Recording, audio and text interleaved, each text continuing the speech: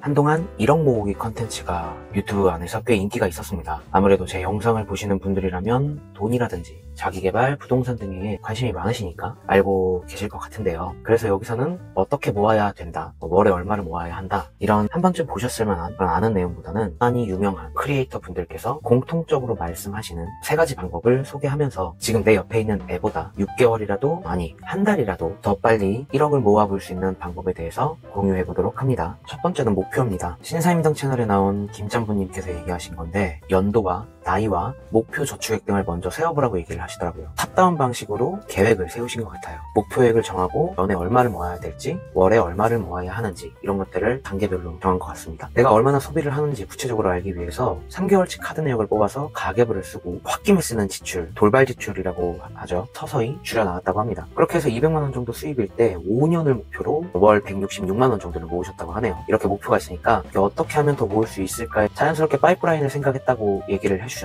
다음 스텝에서 같이 한번 얘기를 해보도록 하겠습니다. 김짬부님도 오랜 시간 동안 돈을 그렇게 잘 모으지 못하는 그런 삶을 지내셨대요. 이제 이런 확고한 목표가 생기고 나서는 그것을 이루기 위해서 행동과 자세를 바꿀 수 있었다라고 얘기하신 점이 굉장히 인상 깊었습니다. 요즘에 1억이 돈이냐, 얼마나 잘 살려고 그렇게 발버둥 치고 있냐, 한 번 사는 인생 그렇게까지 힘들게 살고 있냐 라고 생각하시는 분들 분명히 계실 겁니다. 돈의 속성의 저자이신 김승호 회장님 다들 아시죠? 돈에도 인격이 있다고 책을 통해서 이야기를 해주셨습니다. 돈을 대하는 자세에 따라서 돈이 사람을 떠나기도 하고 불러 들어오기도 한다고 말씀해 주셨죠. 1억이 요즘 돈이냐고 하시는 분들, 저는 솔직히 말해서 이런 말 하는 사람은 좀 멀리 해야 한다고 생각을 합니다. 이런 자기계발이나 돈 모으는 데 관심이 있으신 분들하고는 성향상 거리가 멀기 때문에 어떻게 보면 도움이 되는 그런 스타일은 아니지 않을까, 감히 이렇게 말씀을 드리고 싶은데, 저축을 해본 사람이라면 저런 소리 절대 못하지 않을까요? 저축에 대한 노력을 아는 사람이라면 돈을 폄하하는 소리는 절대 할 수 없을 겁니다. 너는 뭔데 그딴 소리를 그렇게 자신있게 하냐고 말씀을 하신다면, 저도 당연히 1억은 모아봤죠. 다만 그 1억이란 돈이 전세 처리하고 갭 투자하고 이런 것 때문에 달렸지만 졸라 슬프죠? 네. 저도 김짬부님 방식으로 계산을 해봤어요. 월 270은 모을 수 있겠더라고요. 그래서 저는 3년에 1억 모으기 목표를 잡아봤습니다. 와, 270만원이라고? 개싹 고연봉자네. 나는 고작 벌어봤자 월 250 아니면 월 300 이런 건데 난 망했네 하고 계신가요? 많은 전문가분들이 얘기하시기에 월 1000 버는 사람들이 훨씬 돈을 더 못 모은다고 합니다. 이유는 다들 짐작하시겠지만 그만큼 소비 수준도 높기 때문이죠. 결론적으로 제가 말씀드리고 싶은 건, 버는 게 중요하기보다는 얼마나 덜 쓰고 스스로를 절제해서 돈을 더 모으느냐, 이것이 더 중요한 대목인 것 같아요. 할 수 있다고 생각하면 여러분 충분히 할 수 있습니다. 바로 다음 얘기를 통해서 빠른 시일 내에 돈을 어떻게 더 모을 수 있는지 생각을 해보시기로 하죠. 두 번째로는 내 월급 외 부업이나 투자 등에 대한 내용입니다. 여러 컨텐츠들 중에서 말도 안 된다고 생각할 만한 것들이 뭐가 있냐면, 월급 180만원이나 월급 200만원으로 2년 만에 1억을 모았어요. 이런 것들이죠. 누가 봐도 계산상 말이 안 되는 거잖아요. 저도 처음에는 무슨 말이야 이런 식으로 영상을 몇 개를 봤는데, 그 얘기를 들어보면 무작정 모으기만 하는 것은 아니었어요. 그러니까 1년 정도는 순수하게 저축만 할 수 있지만 그 이후에는 따로 공부를 통해서 스마트 스토어라던가 주식 투자, 월세를 받는 구조 등을 파이프라인에서 나오는 그런 돈까지 모으셨다고 얘기를 하더라고요. 김짬부님 같은 경우도 스마트 스토어나 그런 유튜브 등을 통해서 목표 기간보다 빠르게 1억을 모을 수 있었다고 얘기를 해주셨습니다. 야, 아무리 그래도 임마 월 180만원으로 1억을 어떻게 모냐, 산술적으로 계산이 안 된다, 요렇게 얘기를 하신 분들, 부세님이라는 이름으로 유튜브 활동을 하시는 분이 계신데, 이분이 월 180만원을 받으면서는 1억을 모았다고 얘기를 해주시더라고요. 내용을 들어보니까 1년 차에는 순수하게 돈만 모아서 2천만원 정도를 모으셨고, 2년 차부터는 자세하게는 얘기는 안 했지만 돈을 모으는 그 1년의 기간 동안에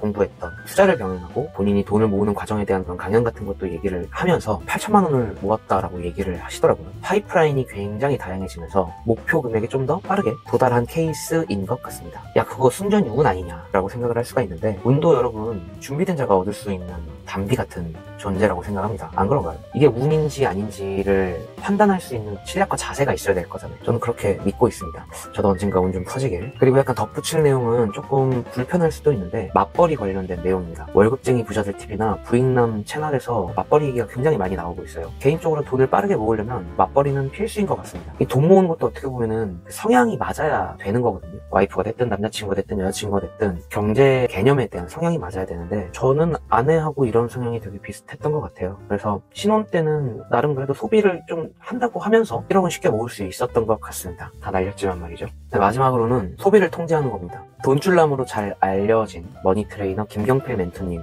저 요즘 이분 영상을 1일 1경필 하는 중인데, 이분이 제일 많이 말씀하시는 게 돈을 모으고 싶으면 뭘 해야 할지 라는 생각보다는 뭘 하지 말아야 하는지, 요거를 먼저 생각하라고 얘기를 해주십니다. 그러면서 본인이 개인적으로 정하신 돈 모으려면 하지 않아야 할 10가지 소비에 대해서 이야기를 해주셨습니다. 간단하게 그냥 소개만 드리면, 일주일에 점심 외식은 한 번만 가고 구내식당을 이용해라. 기본요금 택시는 주 1회만 이용해봐라. 브랜드 커피는 1일 1회만 하고 가능하면 탕비실에 있는 커피를 먹자. 그리고 월 소득의 평균 5% 이내로 이벤트 비용을 사용해라. 여기서 말하는 이벤트 비용은 생일, 어버이날, 결혼기념일 이런 거 등등입니다. 그리고 계절마다 신상 옷을 구매하지 마라. 경년제로 사야 한다. 24년 봄에 옷을 샀다면 25년은 건너뛰고 26년 봄에 새 옷을 산다. 그리고 월 소득 10% 이하로 문화 레저비를 사용한다. 여기서 문화 레저비는 운동, 영화 이런 것들 다 포함합니다. 월 소득 30% 이내로 식생활비를 사용한다. 주거비는 월 15% 이하로 충당한다. 여행 경비는 월 소득의 50%를 1년 경비로 따져야 한다. 월 소득의 6개월치가 되는 차는 타면 안 된다. 요 정도입니다.